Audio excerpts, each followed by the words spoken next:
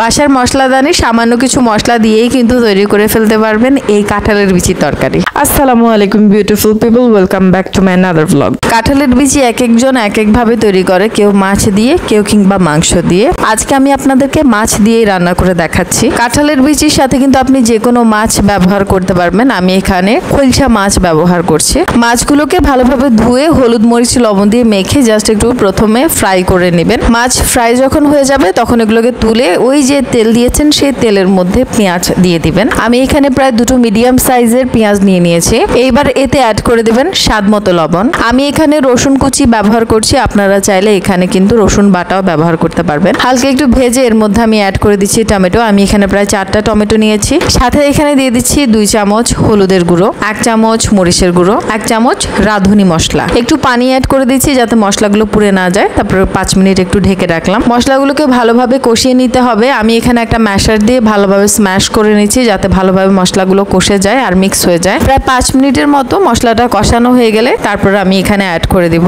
আমাদের যে কাঁঠালের বিচি সেগুলো। আমি এগুলো ভালো করে ধুয়ে এর যে লাল অংশ যতটুকু বেড়েছে তুলেছি, আপনারা আপনাদের সাধ্যমতো তুলে নেবেন। এটা জাস্ট সৌন্দর্যের জন্য, এমন না যে কাঁঠালের লালচে অংশটা খেলে কিছু হবে, তা কিন্তু না। কারণ আমরা এই কাঁঠালের ভর্তা বানানোর সময় কিন্তু এই লালচে অংশটা সহই বানাই। কাঁঠালের বিচিগুলো মশলার সাথে কিছুক্ষণ কষিয়ে এর মধ্যে অ্যাড করে দিবেন পানি। অবশ্যই চেষ্টা করবেন গরম পানি দিতে, কারণ গরম পানি দিলে মশলার যে টেক্সচারটা থাকে সেটা কিন্তু ভালো থাকে। হালকা মিডিয়াম আঁচে 10 থেকে 15 মিনিট যদি আপনি রেখে দেন তাহলে আপনার কাঁঠালের বিচিগুলো সেদ্ধ হয়ে যাবে। যখন দেখবেন কাঁঠালের বিচি এই যে এইভাবে সেদ্ধ হয়ে আসছে তখন আপনি আপনার মাছগুলো অ্যাড করে দেবেন। যেহেতু মাছগুলো আগে থেকেই ফ্রাই করা ছিল তাই খুব একটা সময় লাগবে না। এর মধ্যে অ্যাড করে দেবেন কাঁচামরিচ, ধনিয়া পাতা। 5 মিনিট দমের উপর রেখে দিবেন, দেখবেন আপনাদের তরকারি কিন্তু একদম রেডি হয়ে গিয়েছে। ঠিক আছে, আজকের মতো তাহলে ভিডিওটি এখানেই সমাপ্ত করছি। If you like my video then do subscribe. আসসালামু আলাইকুম।